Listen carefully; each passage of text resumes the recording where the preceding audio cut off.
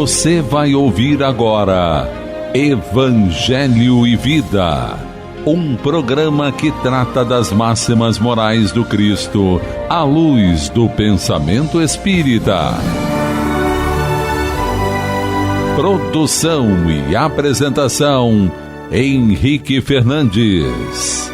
Amigo ouvinte, está entrando no ar o programa Evangelho e Vida desta semana. Eu sou Henrique Fernandes e aqui estou para apresentar um tema que está nas páginas da obra O Evangelho segundo o Espiritismo, de Allan Kardec. O capítulo de número 10, que se chama Bem-aventurados os que são misericordiosos, aborda uma série de temas muito importantes. O tema que vamos desenvolver se refere à indulgência.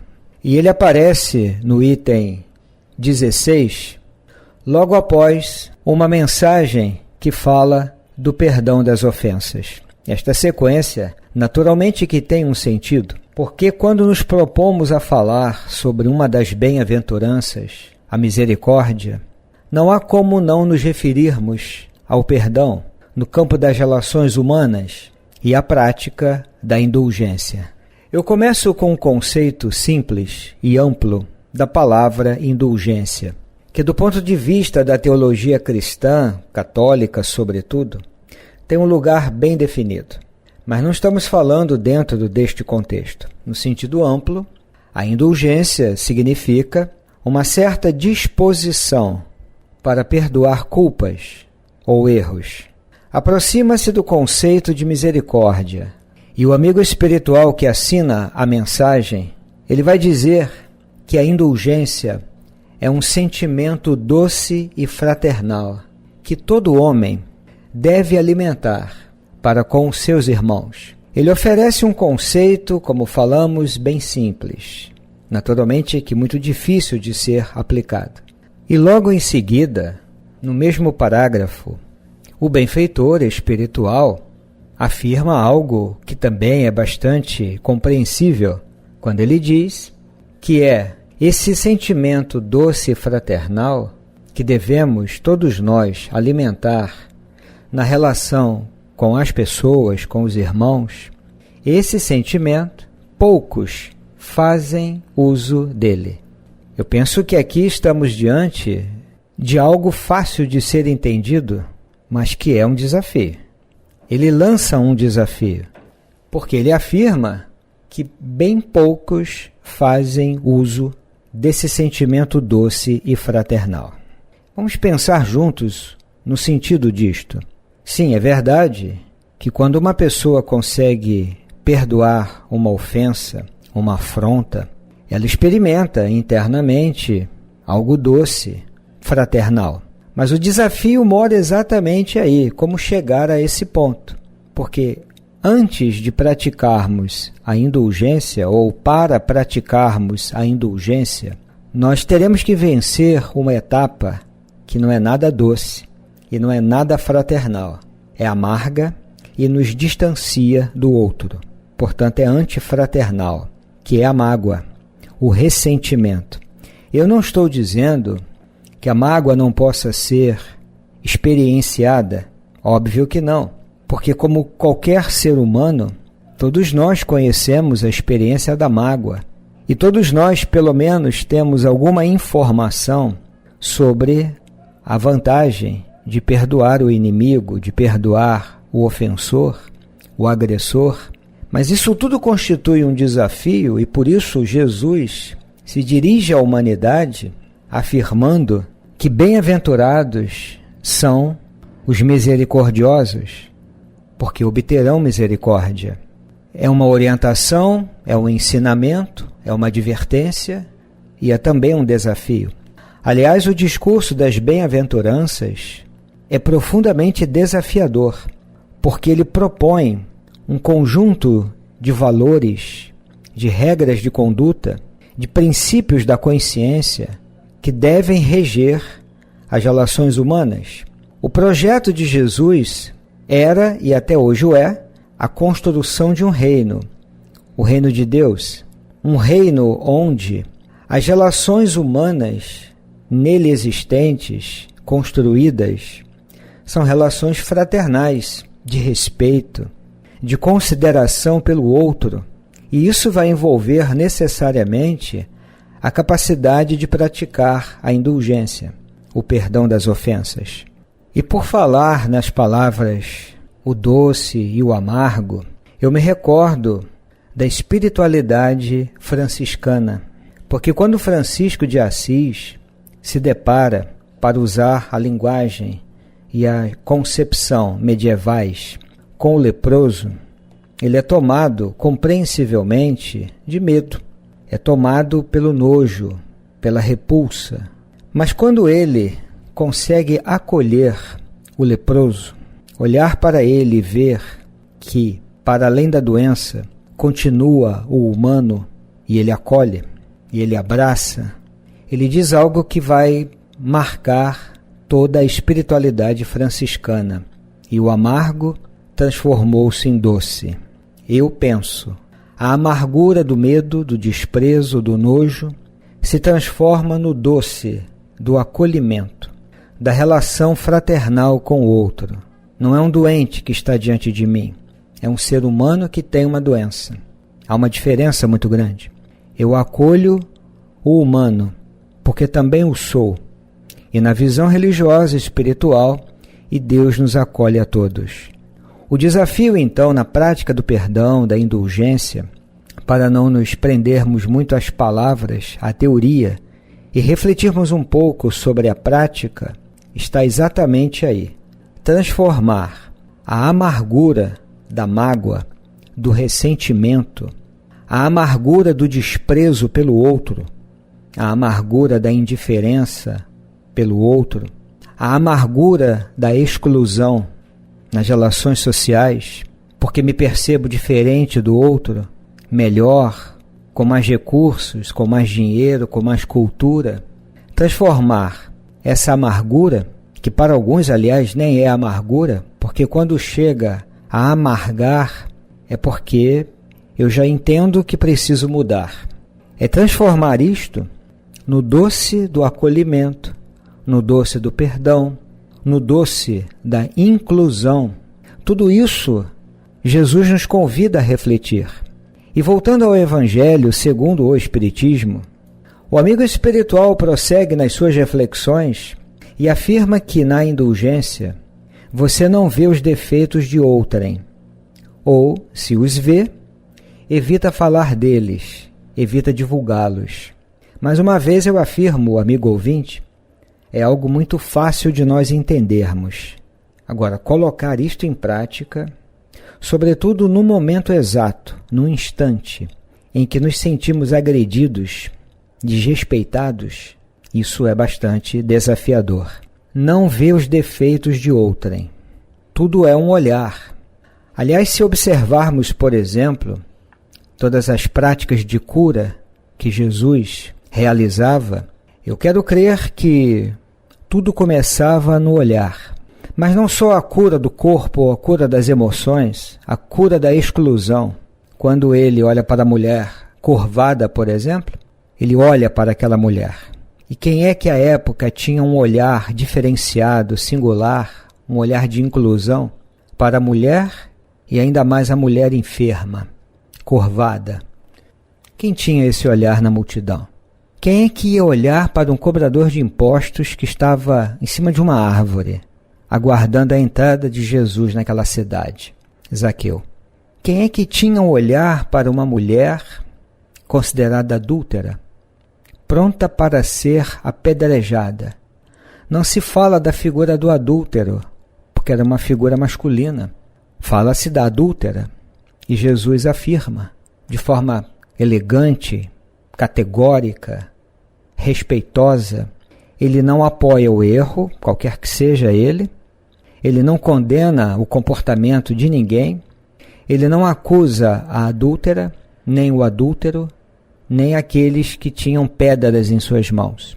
Ele não acusa, ele apenas olha e afirma: lance a primeira pedra, aquele que estiver livre, isento de pecados. e ninguém lançou a pedra. Então, quem somos nós para condenar o outro, para julgar moralmente a conduta de quem quer que seja? Por isso, o amigo espiritual, ele afirma que na indulgência nós não vemos o defeito do outro.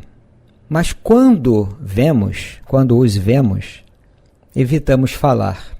Ele não diz, não falamos do defeito. Ele diz que nós evitamos falar. Evitar divulgar. Como é que nós lidamos com isto no dia a dia? Enxergamos o defeito do outro, a falha do outro, que muitas vezes é aquela que nós também possuímos, mas destacamos o equívoco, o defeito do outro. Bem que eu desconfiava. Eu já imaginava. Nossa, quem diria? São coisas que às vezes nós falamos. Mas na prática da indulgência, que é esse sentimento doce e fraternal, isso tem que ser revisto. E o grande desafio, e que pode gerar muitas dúvidas dentro de cada um de nós, no campo da consciência, dos valores, no campo dos sentimentos, é o momento de calar diante de uma injustiça ou de uma ofensa, e o momento de falar, denunciar isto. Na verdade, como lidar com isto? Eu me calo diante daquilo que eu considero uma injustiça, o erro, o equívoco, ou o que eu devo fazer? Essa é uma pergunta importante. Jesus se calava diante da injustiça? Não se calava. Mas como ele lidava com isso? Ofendendo? Praticando a vingança? Cultivando o ressentimento? É claro que não. Então, se é o nosso modelo, nós teremos que treinar essas habilidades. E neste sentido eu trago uma página do amigo espiritual Emmanuel, pela psicografia do médium Francisco Cândido Xavier, que se chama Na Obra Regenerativa. Aparece no livro Fonte Viva. Ele começa resgatando o ensinamento de Paulo aos Gálatas, que diz: Irmãos, se algum homem chegar a ser surpreendido em alguma ofensa, vós, que sois espirituais, orientai-o com espírito de mansidão, velando por vós mesmos para que não sejais igualmente tentados. Vejam que importante este ensinamento. O amigo espiritual vai comentar e propõe reflexões muito preciosas. Ele começa dizendo que se tentamos orientar o irmão perdido nos cipoais do erro, com aguilhões de cólera, nada mais fazemos que lhe despertar a ira contra nós mesmos. É um grande ensinamento. Na nossa percepção, em algum momento, num contexto social, familiar, nós olhamos para aquela pessoa e entendemos que ela está perdida nos cipoais do erro, do equívoco ou da prática da injustiça. Qual é a nossa conduta diante disso? Acusá-la, denunciá-la de forma ácida? Se eu faço isso, na expressão de Emmanuel, com aguilhões de cólera, quer dizer, dentro de um padrão reativo, como se fala na psicologia, respondendo com raiva, com acusações, com ódio, com desprezo, afirma o amigo espiritual, nada mais fazemos que lhe despertar a ira contra nós mesmos. Por outro lado, ele prossegue: se lhe impusermos golpes, pancadas, o quadro exato da violência, ele revidará com outros tantos golpes, porque ele já está num contexto bem confuso, bem complicado, já está afastado dele próprio, do seu centro de equilíbrio. Se eu bato, ele vai revidar. E Emmanuel prossegue: se lhe destacamos as falhas, isso poderá salientar os nossos gestos menos felizes. Exatamente o que acontece. E se opinamos para que sofra o mesmo mal com que feriu a outrem, quando falamos coisas do tipo assim: ele bem que deveria passar exatamente pelo que ele fez o outro passar. É uma vingança no plano verbal e também no plano mental. Eu não a realizo através de atos, mas a mente se vinga, a palavra se vinga. Se agimos assim, Emmanuel diz, apenas aumentamos a porcentagem do mal em derredor de nós. Sim, é o fogo que eu quero apagar lançando álcool, um combustível. Por outro lado, se eu aplaudo a conduta errônea, eu estou aprovando o crime. A prática da indulgência, afirmamos aqui nos nossos comentários, não envolve a conivência, não é praticar a conivência, não é aplaudir o erro, a injustiça, não é aprovar o crime, isso tem nome. E vamos repetir, é conivência, é se aliar ao erro. Emmanuel prossegue, se permanecemos indiferentes, que é uma outra prática de exclusão e de violência, não é explícita, mas se eu fico indiferente, eu estou sustentando a perturbação. Ele vai analisando várias situações, mas se tratarmos o erro do semelhante, como quem cogita de afastar a enfermidade de um amigo doente, olha o raciocínio claro. Estamos, na realidade, concretizando a obra regenerativa. Vamos prestar atenção nisso? Se tratarmos o erro do semelhante como quem cogita de afastar a enfermidade de um amigo doente, isso faz a diferença, amigo ouvinte. Olha a sutileza aqui da frase. Se tratarmos o erro do semelhante, é olhar para o erro. Mas da mesma forma que uma pessoa pensa em afastar a enfermidade de um amigo doente. É a espiritualidade franciscana, é transformar o amargo em doce. Não é atacar o equivocado, é se voltar para o erro. Não é condenar aquele que se equivocou, portanto é proceder como aquele que avalia, que cogita a possibilidade de afastar a doença, a enfermidade de um amigo doente. Aí sim, concretizaremos a obra regenerativa, que é a proposta de Jesus. A base da construção do reino de Deus é esta, no coração de cada um de nós, na mente, nas emoções, nos comportamentos. O reino de Deus se expressa dessa forma. Práticas mais justas, práticas de acolhimento, de inclusão do outro, e não de afastamento, de desprezo, de indiferença. Porque agredir o agressor é também praticar a agressão. Ofender o ofensor é também praticar a ofensa. Se eu estou diante de um enfermo e condeno a sua doença, eu não ajudo na sua recuperação. E então o benfeitor espiritual prossegue na sua análise, afirmando que nas horas difíceis, em que vemos um companheiro despenhar-se nas sombras interiores, não olvidemos, não esqueçamos que para auxiliá-lo é tão desaconselhável a condenação quanto o elogio. A gente não pensa dessa forma.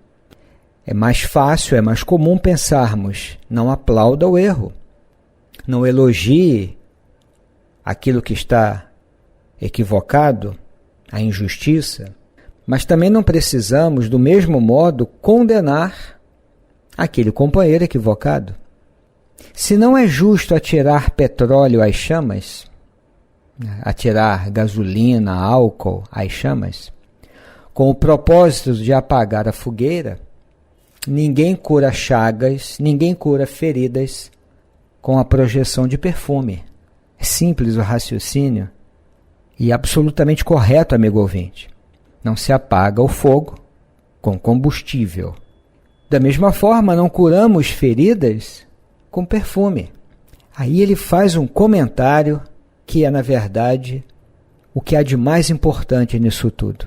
Sejamos humanos, antes de tudo. Essa frase é para colocarmos na geladeira, no nosso quadro de avisos em casa, na tela do computador. Sejamos humanos antes de tudo. Se a grandeza de Jesus, agir como humano e nos tratar como humanos. e nos ensinar o caminho da nossa humanização. E por que Emmanuel está falando disto? E falando desta forma? Sejamos humanos antes de tudo. Porque humanos somos falhos, imperfeitos. E ele afirma: abeiremo-nos do companheiro infeliz com os valores da compreensão e da fraternidade. Isto é ser humano. Porque ninguém perderá exercendo o respeito que devemos a todas as criaturas e a todas as coisas. Mesmo um criminoso, ao agir deste modo infeliz, não perde a sua condição de humano, ainda que tenha praticado atos desumanos. Ele não deixa de ser um humano que merece o respeito. Não é o aplauso, não é o elogio, mas também não é a condenação. Ele deverá responder perante a lei, sem dúvida. Isto cabe. Mas as nossas acusações são sempre dispensáveis. Ninguém perderá exercendo o respeito que devemos a todas as criaturas e a todas as coisas. Situemo-nos na posição do acusado, diz Emmanuel, e refletamos. Se nas condições dele teríamos resistido às sugestões do mal. Isto é ser humano. É a capacidade de se colocar no lugar do outro. Não para aprová-lo, elogiá-lo, aplaudi-lo, mas no sentido da compreensão. Será que, estando nas condições dele, eu teria resistido às sugestões do mal? E Emmanuel afirma: relacionemos as nossas vantagens e os prejuízos do próximo com imparcialidade e boa intenção.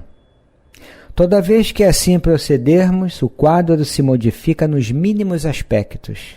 De outro modo, será sempre fácil zurzir e condenar, para cairmos com certeza nos mesmos delitos quando formos, por nossa vez, visitados pela tentação. É grave essa mensagem, amigo ouvinte, porque ela é muito importante. A prática da indulgência, portanto, nasce exatamente dessa consciência que devemos desenvolver, de que somos humanos, portanto, estamos sujeitos a erros, tombos morais, deslizes, equívocos, e talvez desenvolvendo mais e mais essa consciência, tenhamos mais recursos para praticar o perdão, a indulgência e assim por diante. Aqui nos despedimos, amigo ouvinte, desejando a você muita paz, muita harmonia, muita serenidade. Agradecemos imensamente pela sua atenção e diremos até breve. A Rádio Rio de Janeiro apresentou o programa Evangelho e Vida.